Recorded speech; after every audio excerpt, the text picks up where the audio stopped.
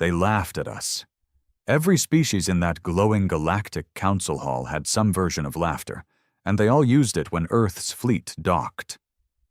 Our ships looked like relics from a scrapyard, battered steel, mismatched armor plates, and engines that coughed smoke instead of humming clean plasma. Compared to the galaxy's sleek crafts, we looked like primitives who'd brought slingshots to a plasma cannon fight, which was exactly what we wanted them to think. Commander Darius Holt stood on the cracked metal floor of the Havoc Warden, Earth's flagship. He was a tall, broad-shouldered brute with a cybernetic jaw from a close call during the Titan collapse, and eyes like weathered steel, unreadable but always watching. His voice came over the comms with the calm of a man who had nothing left to lose. All ships maintain junkyard visuals. No comm chatter unless it's smoke and mirrors. We don't want them scared yet. His crew was a patchwork gang of survivors, former street racers from the Martian wastes, ex-Special Forces operatives who went rogue when Earth fell out of favor, and young hotshots trained in zero-gravity dogfighting simulations banned by the Council for being too dangerous. Every one of them had bled for the cause. Every one of them had a reason to burn the galaxy's arrogance to ash. Out in the void floated the Council's fleet, shiny, symmetrical, perfect. Varnak cruisers gleamed like jewels. Drevi scout ships flitted like ghosts. The Zale mothership was a leviathan, more a floating palace than a ship, bloated with weaponry and luxury. The alien fleets lined up with surgical precision. Meanwhile, Earth's ships jittered in odd patterns, leaving engine trails and sputtering magnetic fields. To the aliens, we looked like a bad joke. Good. A voice oozing superiority cracked across the comms. Commander Holt, do you intend to proceed with these antiques? It was Council General Schur, a translucent blob in a gold-framed exosuit, known across the stars for his polite contempt of everything human. Holt responded without emotion. They'll do. A tiny probe launched from the Council vessel, trailing a bright data beacon. It was the flag, the object of the training exercise. Capture it, secure it, and return to base. It was a game, meant to show cooperation, skill, and mutual respect. But humans weren't here to play games. Not anymore. Holt activated a switch on his console. Phase 1, he growled. Shake them off their thrones. One by one, Earth's ships disengaged their stabilizers. Instead of flying with clean, elegant lines, they spiraled, dipped, and snapped into erratic thrust patterns. These weren't breakdowns. They were human pilots pushing ships beyond Council limitations. Each movement looked like a system failure. The aliens dismissed it as a predictable malfunction. And that was their first mistake. Our chaos is a weapon, Holt murmured. Let them watch us fall apart, right before we break them. A Drevi commander barked across open comms. Earth vessels are unstable. This is dangerous. No reply. The Rogue Angel, a beat-up recon vessel that looked one ion storm away from exploding, blasted forward like a drunken missile and snatched the flag probe mid-spin. It was supposed to be impossible. Council A. I scrambled to recalibrate. Alien ships twitched, waiting for new instructions. But the Rogue Angel had already pulled a hard roll, dipping behind the shield grid of the Varnak line. Then, it did something worse. It broadcast live footage to every screen in orbit. Holt stood, arms crossed, watching the feed. Council members in secret meetings, files exposing their plot to bleed Earth dry after integration. He let the silence stretch before cutting in. You wanted proof of our capability? His voice dropped into a deadly calm. Here's your first taste. The Council scrambled. Ships began to lock weapons. Protocols shattered. But Earth wasn't finished. Holt leaned over his console, cracked his knuckles, and said, Phase 2. Full engagement. Chaos bloomed across the stars. The moment Darius Holt uttered full engagement, Earth's so-called outdated fleet erupted into motion with terrifying precision. The illusion of disarray shattered like a cracked visor. The ships that had once sputtered and staggered suddenly moved like sharpened blades, slicing through formation lines and exploiting every crack in the Council's rigid strategy. "Switch to kill protocols," Holt ordered. "Target propulsion, not hulls. Cripple them. Let them feel what it's like to lose control." Dozens of Earth ships responded instantly, their systems kicking into full combat mode. From the outside, the transformation looked impossible. Engines that had appeared on the brink of failure surged with raw energy. Hulls unfolded, revealing hidden weapon bays and plasma turrets cobbled together in Earth's underground arsenals. The ships didn't rely on AI to fly. They relied on instinct, guts, the kind of instincts you sharpen in real war, not simulations. The Havoc Warden surged forward, leading the charge. Alien chatter flooded the comms. "They're attacking! This wasn't authorized! The humans are breaking treaty!" Holt ignored them. The Council fleets were already buckling. Their combat formations, precise to the millimeter, couldn't adapt fast enough. They'd trained in sterile environments where everything went according to plan. But Earth didn't believe in plans. Earth believed in surviving. On the starboard side, a cluster of Zale interceptors tried to encircle the rogue Angel, their sleek, silver hulls gleaming. Holt watched as the Angel cut its thrusters mid-turn and let inertia whip the ship in a reverse spin, firing in all directions. It shredded the interceptors like paper. One exploded into a fiery bloom, fragments crashing into a Varnak cruiser, which started spinning out of control. "Reaper 9, loop under their engines," Holt instructed. "Blind them with flare bursts. Hit their sensors." A voice came back, young and fierce. "Roger that, Commander. Let's dance." The Reaper squadron, 6 rust bucket fighters barely held together by magnetic sealant, dove underneath the massive motherships. The aliens had dismissed them as broken-down scouts. What they didn't know was that Reaper pilots had practiced maneuvers banned by every galactic military code. Suicide spins, collision dips, fake-outs so aggressive they overloaded enemy tracking systems. They didn't fly like soldiers. They flew like lunatics. And it worked. The Varnak dreadnought tried to launch its defensive drones. A second too late. The Reapers released kinetic EMP bursts, non-lethal, but designed to scramble anything digital. Holt smiled as the alien dreadnought stuttered in space like a drunk beast, sparks trailing from its hull. Aboard the Havoc Warden, Commander Holt paced calmly, despite the chaos unfolding around him. His hands moved over the manual interface, a rarity in this galaxy where most ships ran on automated guidance. But humans had learned not to trust computers. Oh, I couldn't feel fear. Oh, I couldn't hate, and right now, hate was a weapon. "They called us outdated," Holt muttered to himself. "But we remember what it means to fight for survival. Not conquest, not politics, just survival." "Commander," came a voice from his tactical officer, a tall woman named Sergeant Vega. "Council reinforcements inbound, a third wave. They're bringing in battlecruisers." "Good," Holt said. "Let them." On the display, the third wave warped into view. Dozens of fresh ships with polished hulls and neatly aligned weaponry. Their formation was flawless. Holt didn't even flinch. "Activate fleet dust protocol." Vega raised an eyebrow. "You sure?" "That's all in. We've already jumped off the cliff. May as well fly." Fleet dust protocol was something only Earth could pull off, and only because no other civilization would dare try it. Every human ship began releasing fine clouds of reflective chaff particles, thousands of them, each the size of a grain of sand, but capable of mimicking heat signatures and scrambling targeting sensors.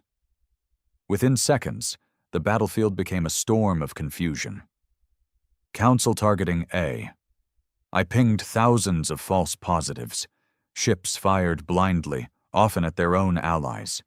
A Drevi corvette shot down one of its own scouts.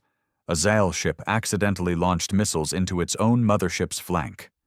The battlefield was now a maelstrom of panic and misfire. From his command seat, Holt gripped the edge and leaned forward. Initiate signal burn. Vega blinked. Commander, if we burn the signals now, we'll lose any chance of negotiations. There's no negotiation after this, just history. With a single code input, every human ship overloaded its communications beacons with raw white noise, blinding the Council fleets to each other's positions, making it seem as though Earth's fleet was everywhere at once. From the outside, it looked like madness, but it was controlled chaos, Earth's greatest advantage. Darius had spent years studying the Council's weakness. Their ships were perfect, too perfect. They required stable conditions to function at peak efficiency. They'd never fought in uncertainty, never been cornered, never been desperate. But humans? We were born in desperation, raised on it. We excelled in it. Suddenly, an alert flashed across Holt's display. One of the Council's backup warships was heading straight toward the Havoc Warden. Fast, too fast. Sir, incoming. They've locked onto us. Hold formation, Holt barked. His officers hesitated. The alien ship was a juggernaut. Twice the size, twice the firepower. But Holt didn't budge. Let them come, he said. The alien ship drew closer, charging weapons. Holt waited, and waited. Then said, Fire coil lancers. Aim for starboard stabilizers. Twin bursts of purple energy exploded from the Havoc Warden, striking the approaching Council vessel right as it crossed a small debris cloud. Human-made wreckage from a destroyed cargo freighter. Except it wasn't destroyed.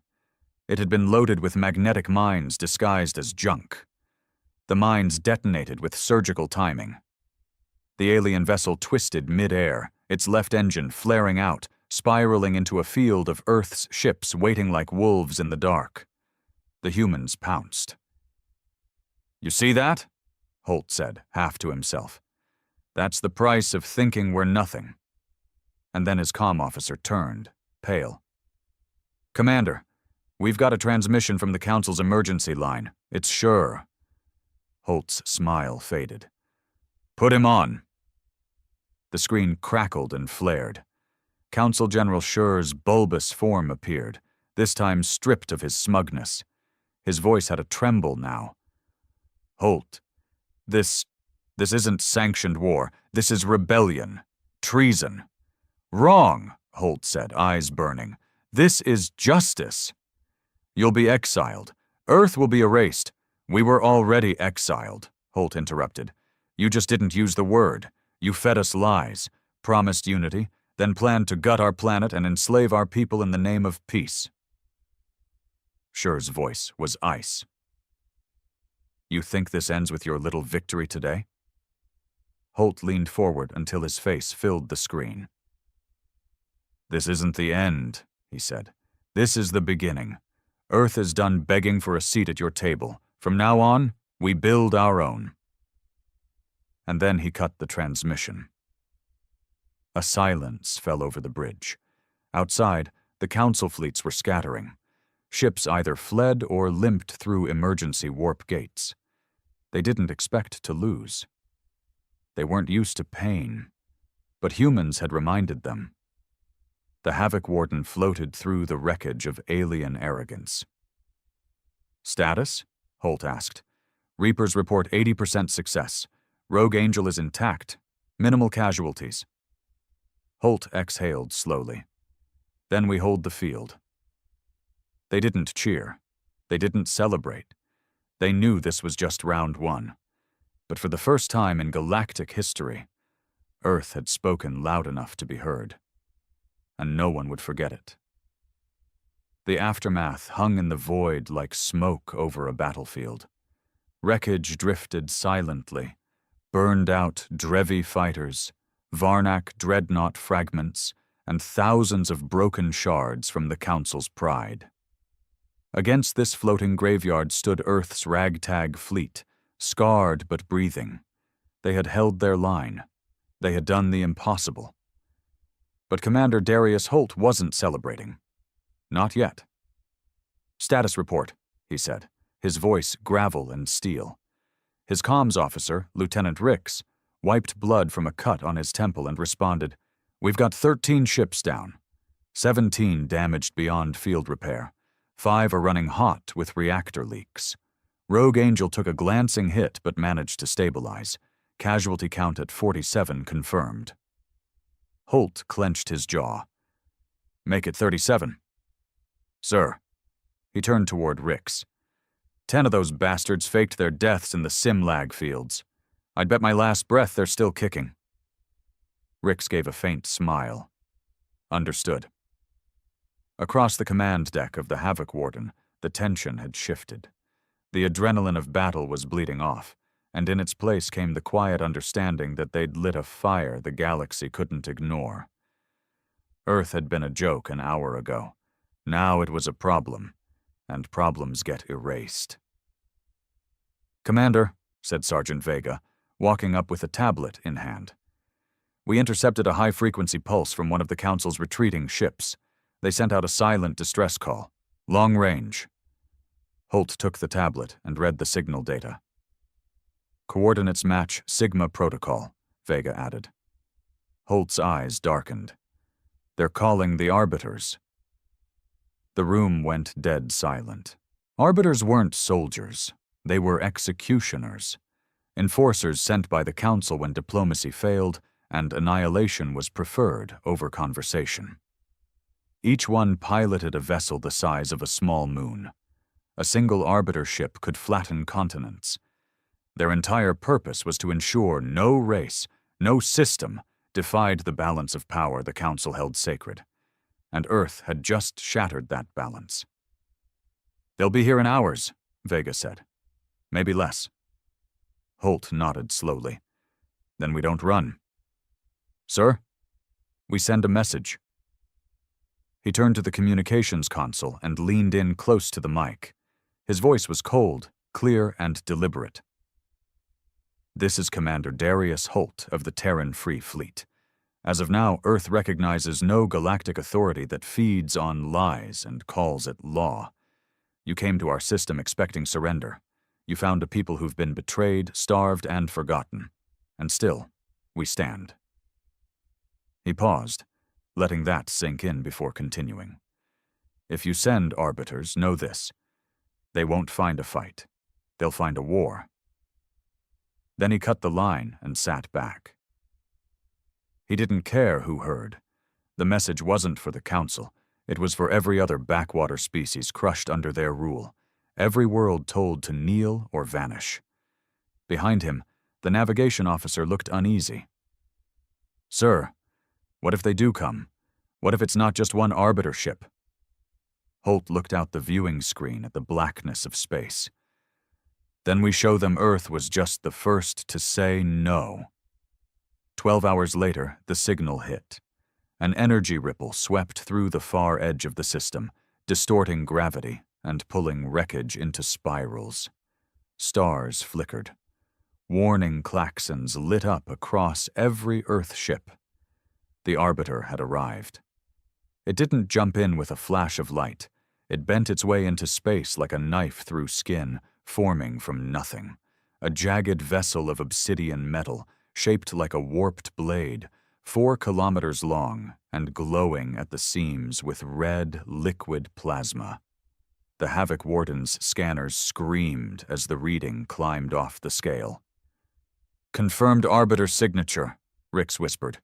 "Designation, Omega Black. Commanded by entity code ZAL-9.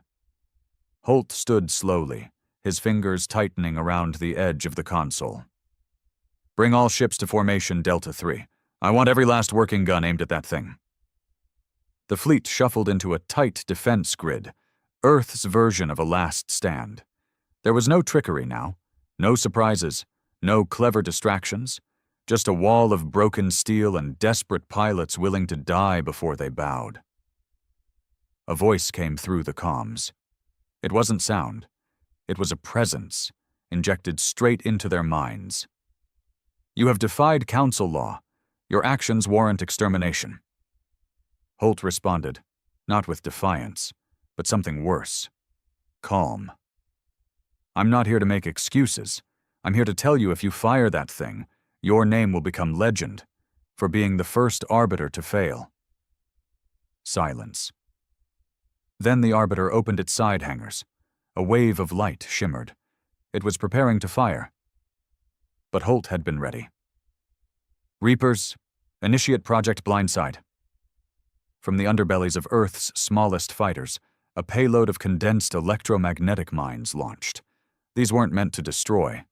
They were meant to infect. The moment they latched onto the Arbiter's outer hull, they detonated in microbursts. Thousands of small viral fragments spread into the ship's systems, Earth's most dangerous gift, organic code. It was human-made malware written with instinct and rage, designed to hunt down and rewrite alien programming. The Arbiter stuttered. Systems blinked. For the first time in recorded history, an Arbiter hesitated. And Holt moved. All ships, fire! The void lit up like a sun was being born. Plasma bolts, kinetic rounds, and concentrated railgun bursts smashed into the Arbiter's underbelly. The Arbiter retaliated, swiping with a beam that incinerated 2 Earth vessels in an instant. But Earth didn't retreat. Keep pushing, Holt roared. Every second we hold is a message they can't delete. The Havoc Warden was hit, twice. Alarms screamed, and the lights dimmed. Sparks flew across the command deck. Vega shouted, "Shields are down! Hull breach in Sector 5! Holt slammed a fist into the panel. "Seal off Sector 5. Redirect power from life support if you have to. We end this here." Outside, something began to change. The viral code Earth had injected was spreading faster than expected. The Arbiter's weapon system started malfunctioning.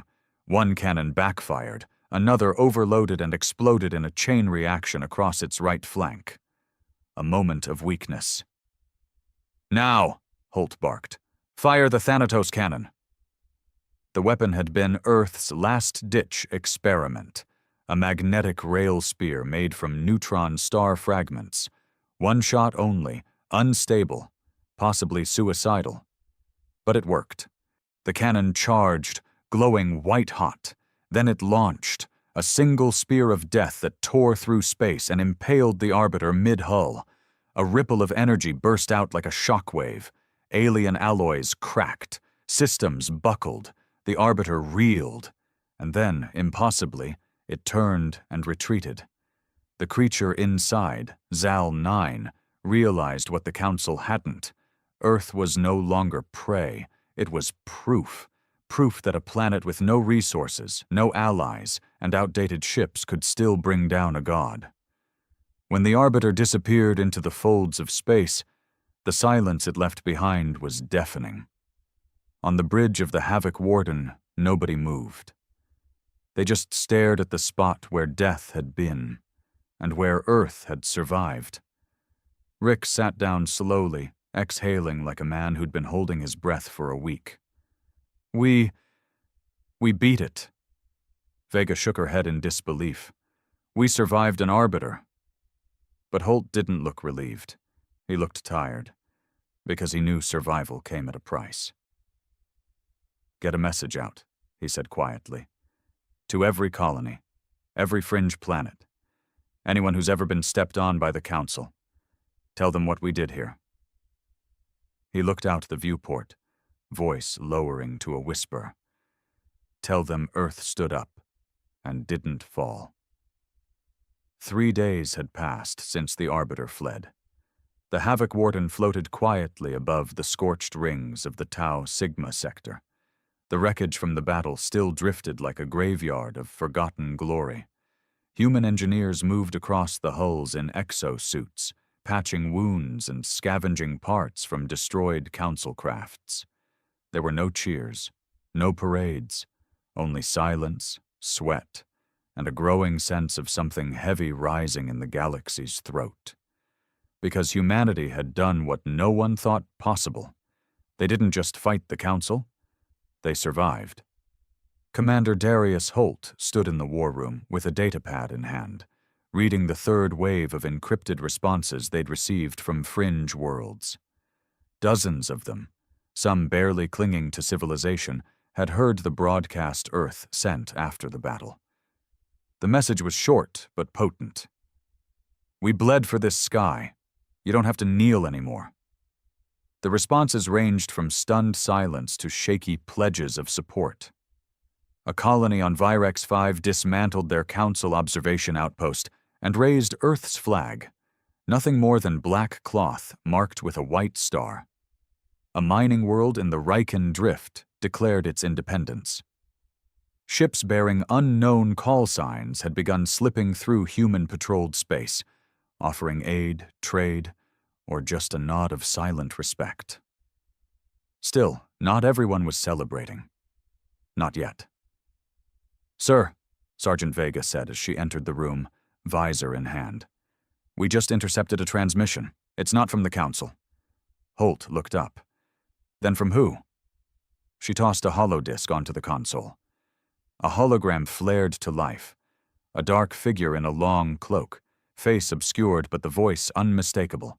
Low, calm, terrifying. "Commander Holt, we are the Sovereign Chain. You don't know us, but we know you, and we watched what you did to the Arbiter."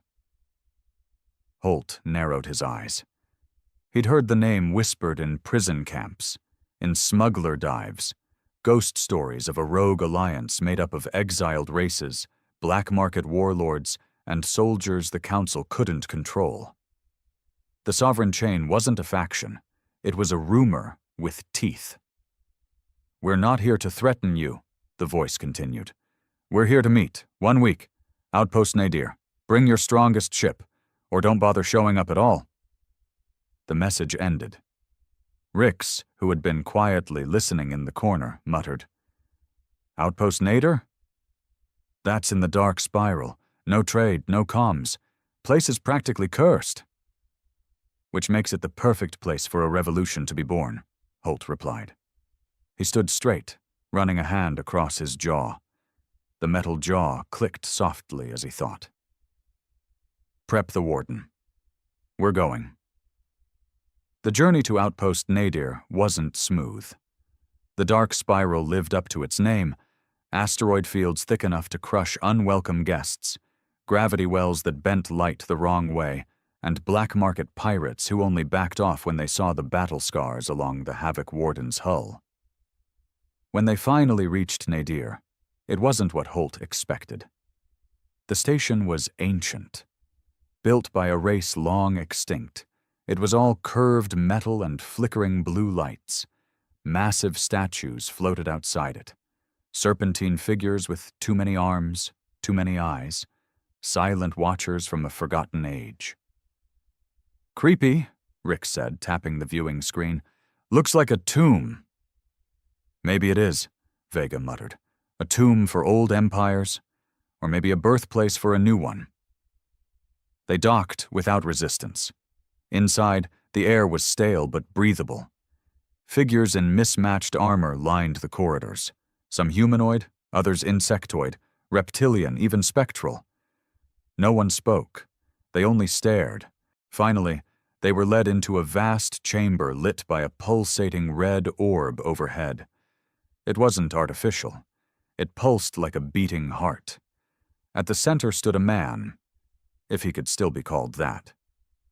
Tall, bald, his face a roadmap of scars and old cybernetic grafts, with one eye replaced by a black lens that rotated independently. He wore no insignia. Just a cloak made from stitched-together flags, every one a symbol of a world the Council had crushed. "Commander Darius Holt," the man said, his voice a low thunder. "I'm Kale, former general of the Varkon Uprising, leader of the Sovereign Chain."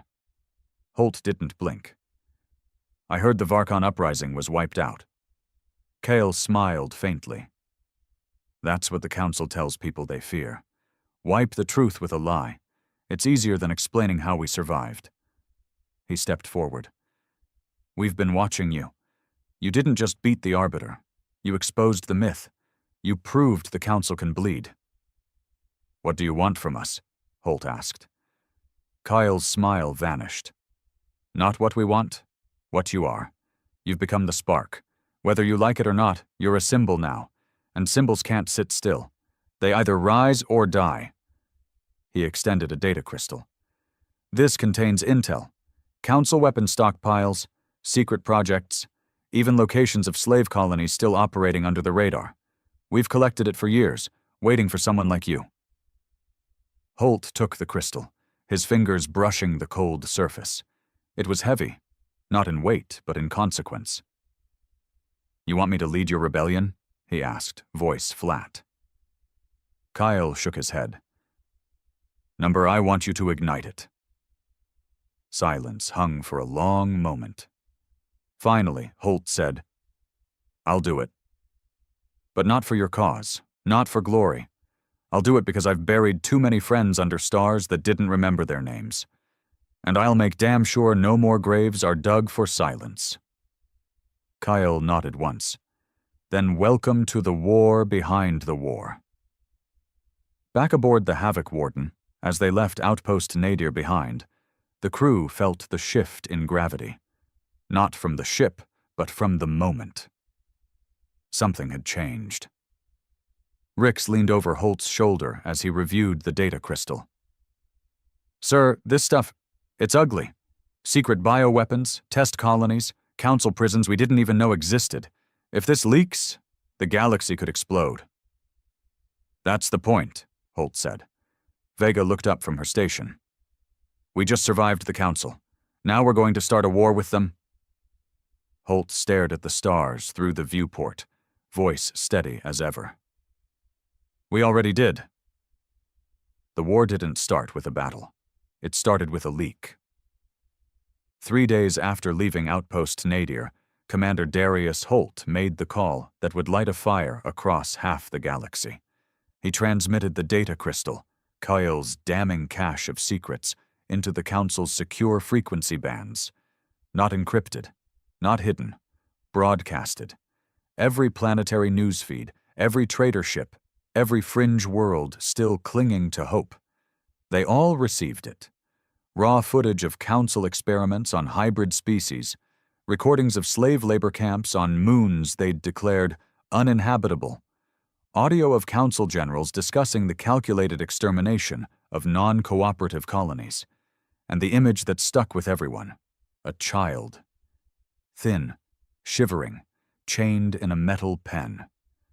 Her eyes were the same pale blue as the Council's official crest. Holt let it all loose. He didn't care about politics anymore. He cared about the truth, and making the ones who buried it bleed. Back on the Havoc Warden, the bridge was dead silent as the final broadcast played out on the main screen. Holt stood, hands clasped behind his back, jaw clenched. Rix broke the silence. We just took a match to a powder keg. No, Holt said, eyes locked on the screen. We lit a torch. The response was immediate. The Varnak Consortium declared martial law across 6 sectors.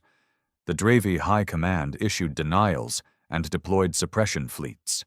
The Zal Syndicate blacklisted all Earth ships, calling them galactic terrorists. And yet, on the ground, across colony worlds and deep space mining rings, something new stirred. Mutinies. Not massive. Not yet. But enough. A Drevi comms technician jammed her commanding officer's signal and opened a channel to Earth. A Zal cargo fleet refused to dock at Council-run spaceports and instead rerouted supplies to a rebel-controlled outpost. Even a Varnak war cruiser, silent for decades, sent one message to Earth's fleet. We were waiting. Holt wasn't surprised. The Council thought strength was about fleets and firepower, but Earth understood better. Strength was suffering. Strength was surviving with nothing and still standing up. and now the rest of the galaxy was learning it too.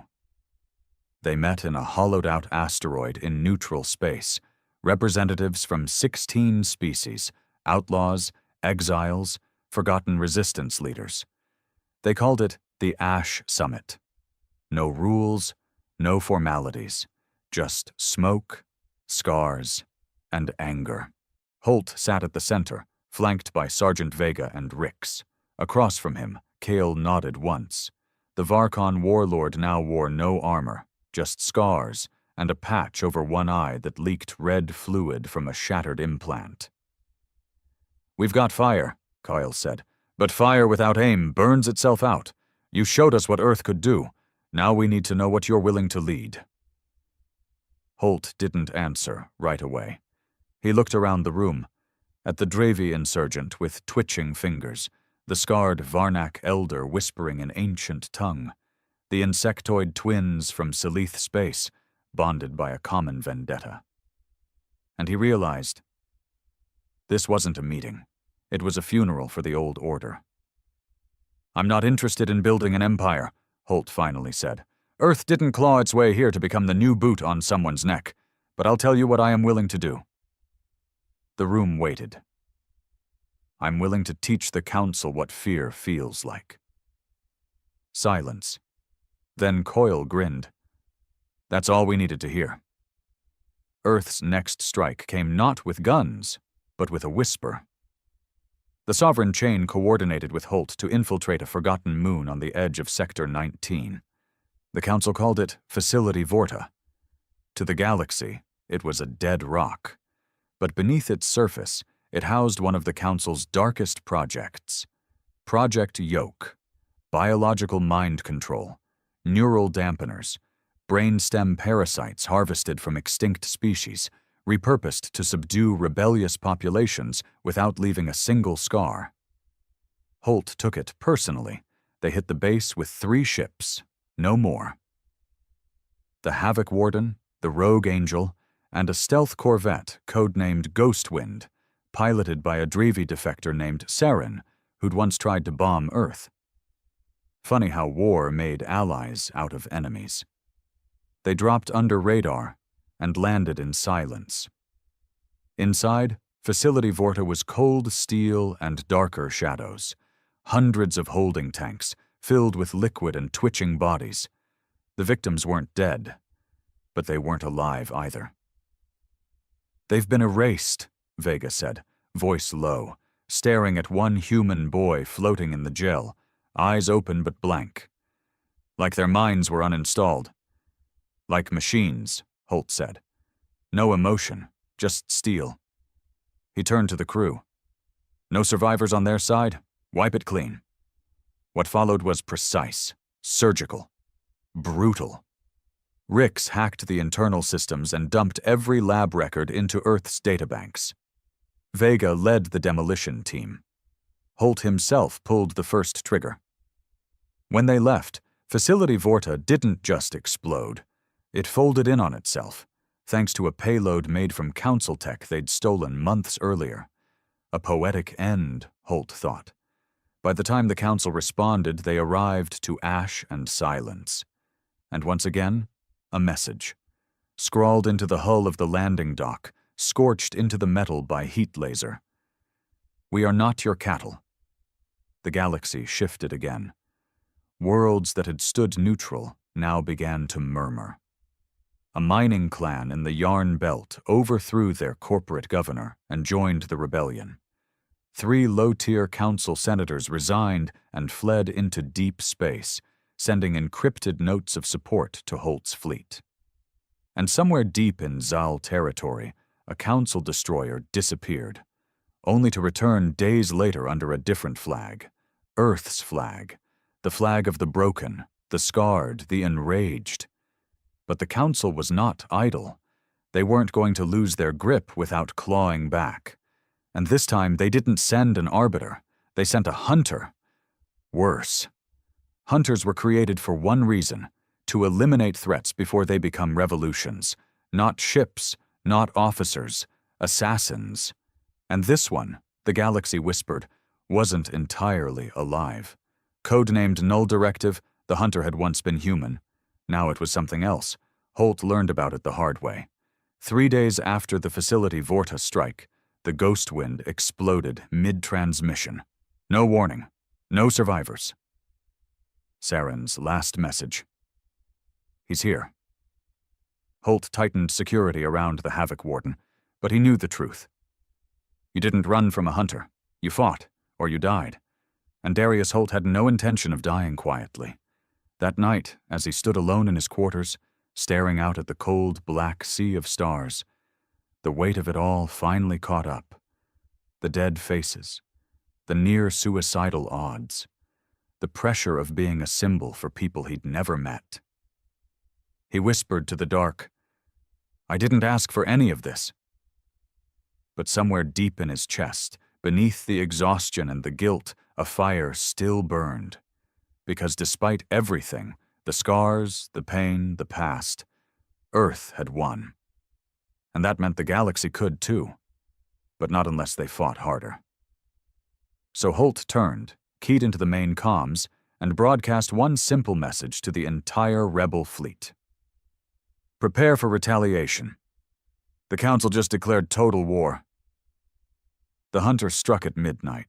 No alarms, no ships warping in, just silence, until the Havoc Warden's main reactor dropped into emergency power without a single error code. A chill ran through the decks. It wasn't just mechanical, it was presence. Like something ancient and wrong had stepped into the ship's lungs and started breathing. Commander Darius Holt was in the war room when the lights flickered. He didn't move at first. He just watched the shadows lengthen across the metal walls and listened to the silence that had replaced the hum of the engines. Then Sergeant Vega's voice crackled through the comms, tight and urgent. "Commander, we've lost gravity on Deck 7 and 8. Comms went dead in engineering. And I think someone's walking the bridge corridors." "Seal all bulkheads," Holt replied. "Red protocol."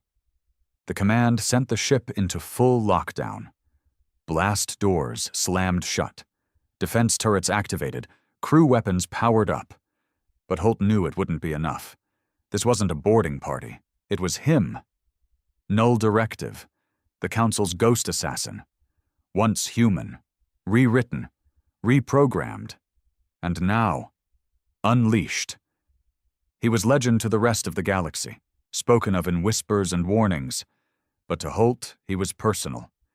Years ago, before the stars knew Holt's name, before Rebellion, there'd been another commander, another war, and another man, Elias Rhine, Holt's best friend, closer than a brother, killed in a botched Council operation on Valeris Prime. At least that's what they'd told him. But now he knew the truth. Elias hadn't died.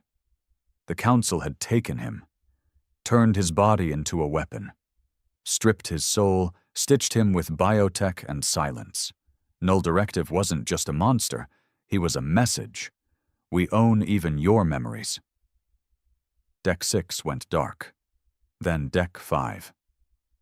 Internal security cameras cut out one by one, replaced with static or distorted footage, shadows moving like smoke, lights flaring and vanishing, crew screaming, then silenced mid-word. Rix shouted over the internal channel, "We can't trace him, Commander! He's jamming everything! Even the biomonitors are— Wait!" Static. Gone. Holt slammed a fist into the console and turned to Vega. "Get your best men. We're going hunting."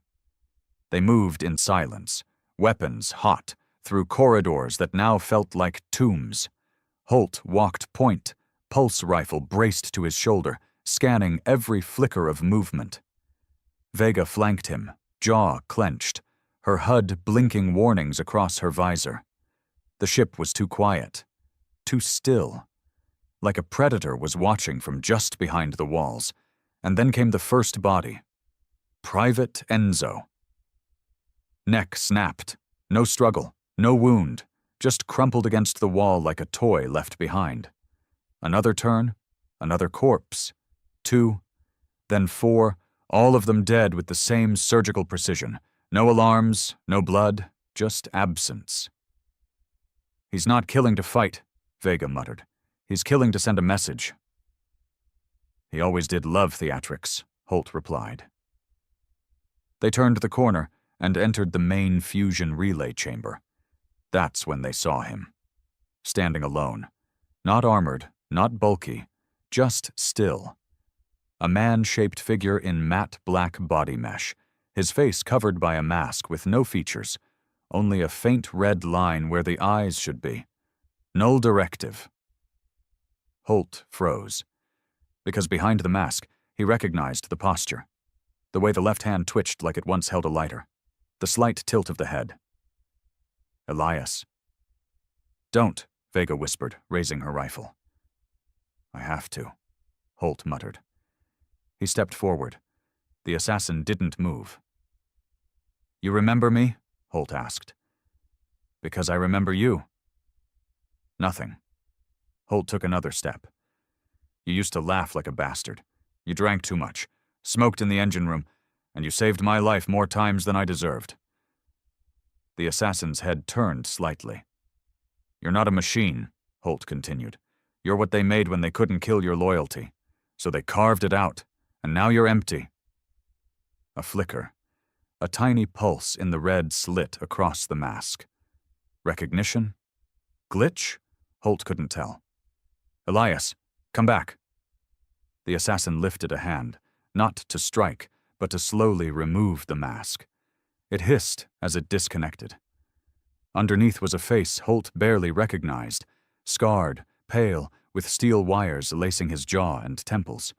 The eyes were dim. One cybernetic. One human. But the human eye, it twitched. "Dasarius," the voice came out, broken and metallic. Vega took a sharp breath. Holt didn't move. He was locked in place. "Yeah," he whispered, "I'm here." Then Elias's body spasmed, and he screamed, not with pain, not with rage, but with conflict. His body twitched, joints locking, lights flashing across his implants. "They're inside me," he gasped. "No choice." "You have a choice now," Holt said, stepping closer, ignoring Vega's silent protests. "They said, if I hesitated, everyone would die." Holt nodded. "Then don't hesitate." The lights in the chamber flared, and Elias lifted his arm. A weapon slid from his wrist, pointed at Holt's heart. Vega shouted, "Move!" But Holt stood still. "I'm not going to fight you," he said softly, "because you're already fighting yourself." Elias's arm shook. Then he turned it and fired into the wall. The explosion sent debris across the room. Sparks. Fire. But Holt and Vega were untouched. The assassin fell to one knee, clutching his head. I broke the lock," he whispered. "But they're coming. They sent another." "Another what?" Vega asked, but Holt already knew. "They never send one hunter. They always send a backup." Elias, no longer just null directive, stood slowly. His body still trembled. His voice was shredded.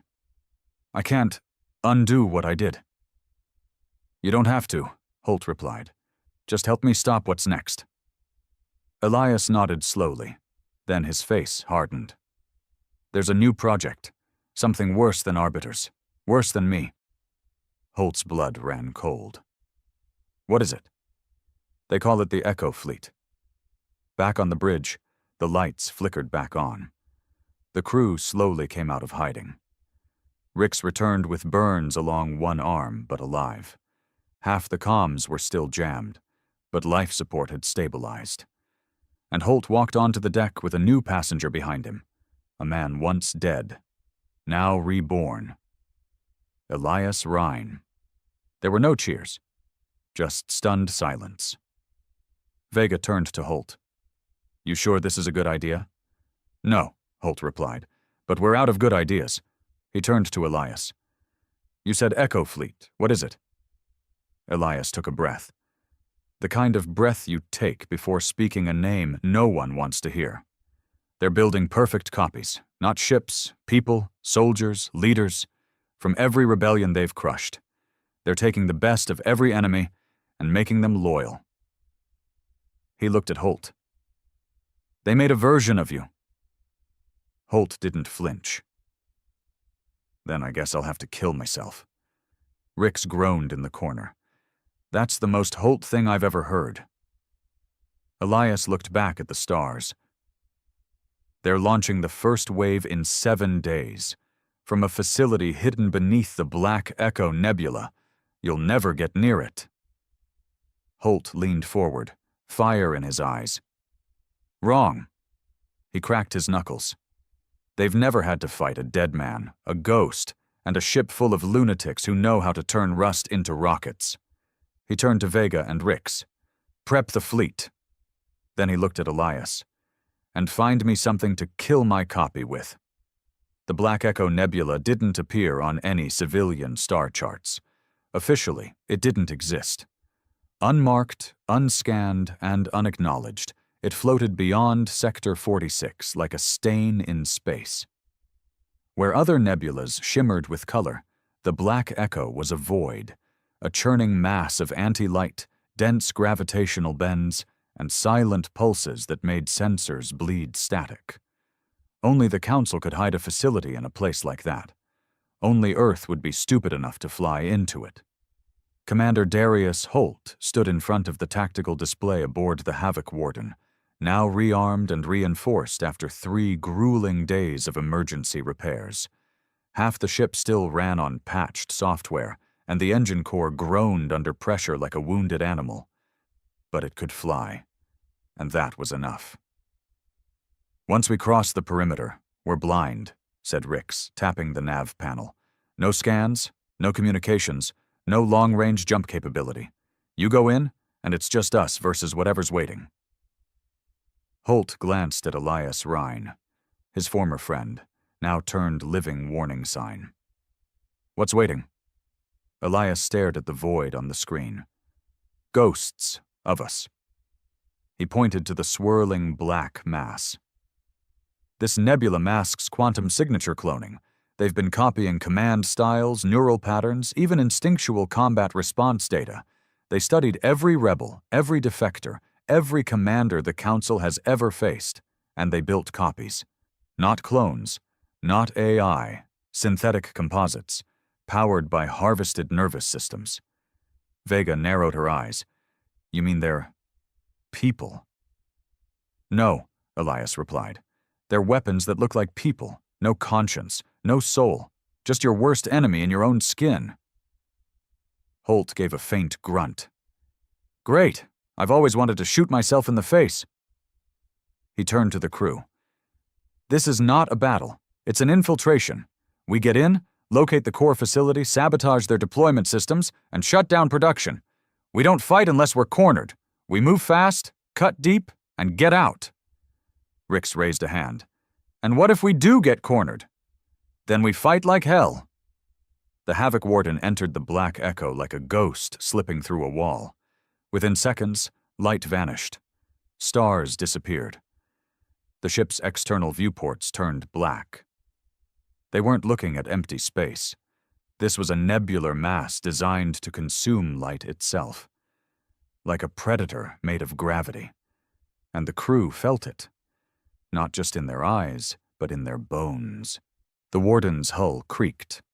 Lights dimmed. Even conversation on the bridge became muted, like voices were being swallowed. Holt gritted his teeth and focused on the outdated analog controls. Ironically, Earth's most ancient systems gave them an edge. The Council relied on quantum navigation, which didn't work here. They flew by instinct. After 6 tense minutes, a flicker of movement appeared on screen. A structure. Vast, spiked, half-submerged in the swirling dark, like a dagger embedded in a wound. The facility was built directly into the heart of the nebula. No clear hangar, no signal. Just a gaping black vent leading deep into the structure. That's it, Elias said. The forge. Approach at Vector 7, Holt commanded. Everyone to infiltration stations. We're going in quiet. The boarding team consisted of Holt, Vega, Elias, and 5 hand-picked specialists, engineers, saboteurs, and 1 ex-con with an arm-mounted mini-nuke. They entered through the forge's waste duct, a tunnel of molten black metal, still warm from recent energy burns. It smelled of ozone and chemical rot. "Feels like walking into a coffin," one of the engineers muttered. "No," Holt said. "This is a womb, for monsters." Inside, the walls pulsed with embedded neural strands. Not wires, not circuits, organic tech, alive and twitching. The Council had fused science with suffering. They moved quietly, stepping over tubing that resembled stretched skin, past walls that listened. And then they found it. The echo chamber. Rows upon rows of stasis pods, each glowing with dull light. Inside each one, a replica. Holt walked down a row and stopped at a pod. Inside was him, but younger. Smoother skin, no cybernetic jaw, eyes dead. "Jesus," whispered Vega. "They didn't just copy you, they perfected you." "No," Holt said. "They hollowed me." Elias pointed toward a terminal. "We can corrupt their neural matrix. I coded a virus before we left. All we need is 5 minutes at the core server." Holt nodded. "Move fast." Vega and 2 others secured the corridor. Elias got to work at the console, fingers moving with surgical precision. But then, the lights changed. Not alarms. Acknowledgement. Something had seen them. A mechanical hiss echoed down the hallway. Then footsteps. Holt turned just in time to see a figure walking calmly from the far corridor. It was him. Not a clone. Not an AI. A mirror of Commander Darius Holt, dressed in Council black combat mesh, eyes glowing faintly. "Target acquired," the Echo Holt said in a perfect voice match. "Elimination protocol engaged." Before anyone could move, the Echo struck. It moved faster than any human had a right to, an engineered blur of strength and reflexes. One of the saboteurs screamed as his throat was crushed before his weapon cleared its holster. "Fall back!" Vega shouted, opening fire. The corridor lit with plasma. The Echo Holt twisted, dodged, and slammed Vega into the wall, knocking her out cold. Holt charged. He didn't fire. He didn't speak. He just tackled the thing. And for the first time in years, he felt fear. Because this enemy didn't flinch. Didn't curse, didn't bleed. It fought like a memory. Holt drove his elbow into the Echo's face, cracking synthetic bone. The Echo responded by shoving a blade into Holt's side. Holt gasped, but stayed standing. "I'm not some perfect copy," he growled. "I'm the real thing." And he grabbed the Echo's jaw and ripped it free. The synthetic creature spasmed, then collapsed in silence. Elias finished uploading the virus and yanked the interface cable out. "It's done," he said. "In 10 seconds, this place goes dark." They grabbed Vega and ran. Behind them, the stasis pods sparked. One by one, their lights flickered out. Data scrambled. Backup systems collapsed. By the time they reached the hangar, the forge was howling, groaning under the weight of corrupted code, neural shutdowns, and overloaded systems. They launched in a stolen drop craft just as the entire facility started collapsing in on itself. No explosion. Just implosion. A black star eating its own heart. Back on the Havoc Warden, Vega groaned as medics patched her shoulder. "You all right?" Holt asked. She nodded weakly. "Been hit harder by hangovers." Elias stared at the collapsing forge through the main viewport. "They'll build another," he said quietly. "They always do." "Then we'll burn that one too," Holt replied. He turned to the crew. "We just killed their newest nightmare, and now the Council knows we've seen what they're really doing." Rix looked up from the console. "Sir, we're getting an open signal." "From who?" Rix hesitated. "Everyone." He tapped the control panel, and a flood of messages came through. Ship captains, rogue commanders, fringe colonies, dozens of factions were broadcasting one word: ready. Holt didn't smile. He didn't cheer. He just leaned forward, eyes on the stars, and said, "Then we take the fight to the center. Prepare for the final offensive." The war came like a storm.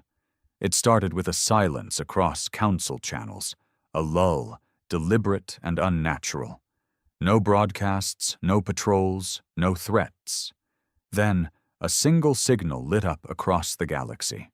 A location, a date, a countdown. The core worlds, the Council's seat of power, untouched for centuries, protected by fleets, planetary cannons, energy barriers laced with quantum-triggered annihilation codes. No one had ever attacked it. No one had dared. Until now. Commander Darius Holt stood at the heart of a new fleet, one forged not of polished perfection, but of grit, anger, and resurrection.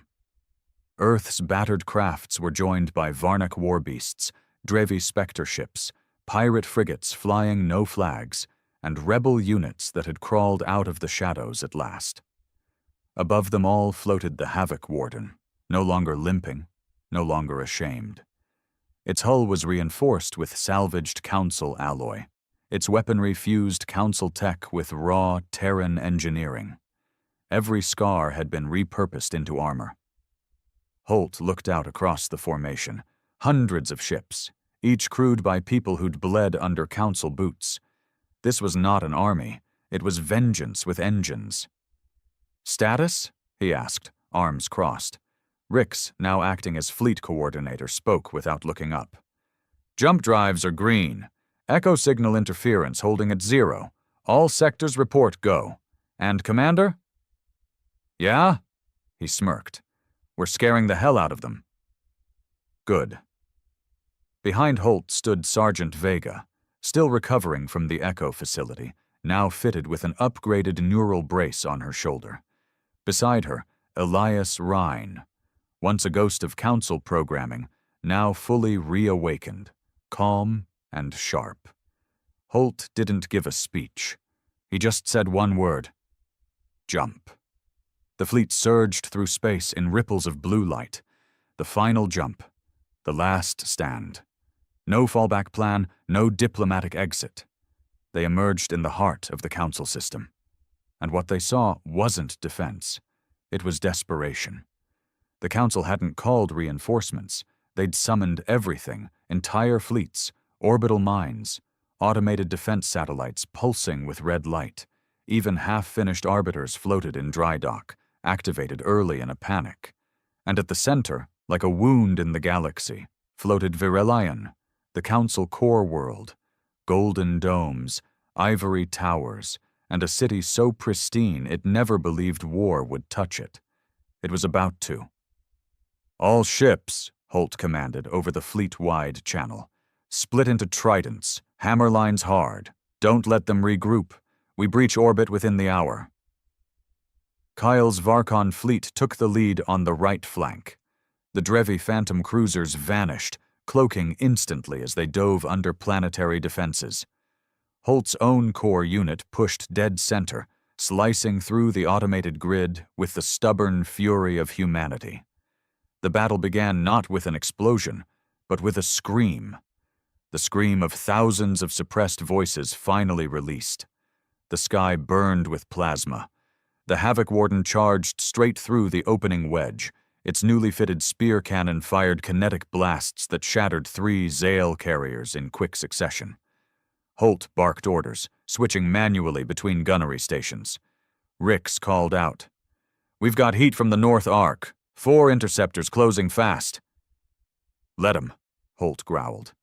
The interceptors approached, but found their targeting scrambled, jammed by Elias, who uploaded Earth's chaos virus through a line-of-sight burst. One interceptor turned on the others. The rest spun out of control. "Warden to all ships, form on me. Target the central orbital ring. We breach Virelion now." The rebel fleet converged. Hundreds of ships focused fire on a single orbital point, a weak seam in the Council's upper defense station. The structure began to crack. Then it exploded inward from the inside. A council corvette had turned. It opened a signal. "We've had enough." The station failed. The planetary shield shimmered and dropped. Now the surface was vulnerable. Holt led the drop team personally. He, Vega, Elias, and 2 squads of ground troopers boarded an assault pod and slammed into Virelian's central citadel like a warhead. The city was alien in its beauty. Clean skies, marble streets, trees genetically engineered to bloom forever. A utopia built on bones. And those bones were rising. Civilians, once silent, once too afraid, began flooding the streets, tearing down statues, screaming with years of rage. The illusion had shattered. Now came the reckoning. They stormed the citadel steps. Council guards in gold armor stood their ground. Holt didn't slow. The first line fell to pulse rifles, the second to Elias, who moved like a whisper, slicing through combat protocols before they even executed.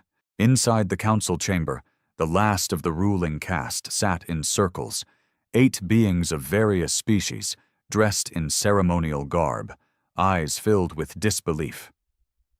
"You can't be here," one croaked. "We are," Holt said. "You don't understand. We do. You're destabilizing the galaxy." Holt walked forward and placed his rifle on the marble table.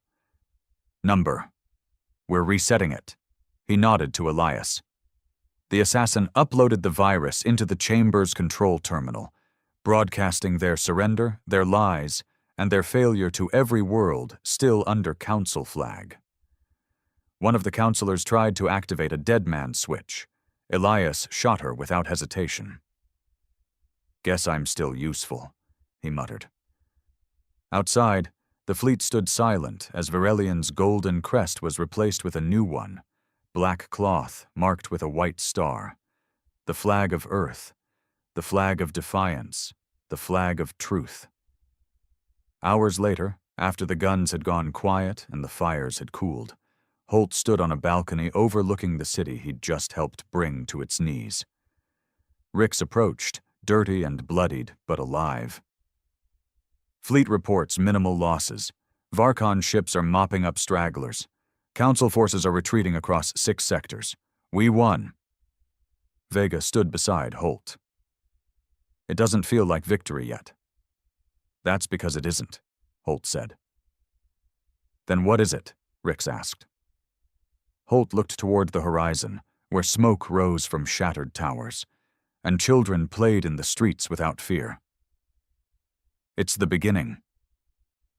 Behind him, the people of Virelian gathered, not cheering, but watching. And then, slowly, they knelt, not in submission, but in understanding. They had been ruled by fear. Now they would rise by example. That night, Holt gave a speech, not from a palace, but from the citadel steps, standing on rubble, blood still on his boots. "This isn't Earth's empire," he said. "This is your freedom." He looked into the cameras. "We didn't fight to become rulers. We fought to make sure no one ever could rule unchecked again. And now we offer a choice. To every world, every species, every voice long silenced. Join us or don't. But know this, we are watching now. Weeks passed. The council officially dissolved. Some former members vanished. Others stood trial in open courts, not for revenge, but justice. The sovereign chain became something more, a loose collective, monitored and balanced by an independent body formed by humans, Varkon elders, Drivi tacticians, and neutral species alike. Earth refused any seat of permanent power. They'd had enough of thrones. Holt returned to orbit only once, to see the final arbiter vessel dismantled and scrapped by hand, piece by piece. No one saluted him. No one called him emperor. Just commander, the one who lit the match. Elias disappeared into the stars one day without warning. Left a note. "Some ghosts belong out there, but if you ever need a shadow again, you know where I'll be." And the Havoc Warden? She stayed flying, scarred. glorious, and always headed toward the next injustice. Because the day humans unveiled their outdated ships and dominated the stars was never about proving power. It was about proving the most dangerous truth the galaxy had ever forgotten. You don't need permission to fight back. And Earth? Earth would never ask again. The end.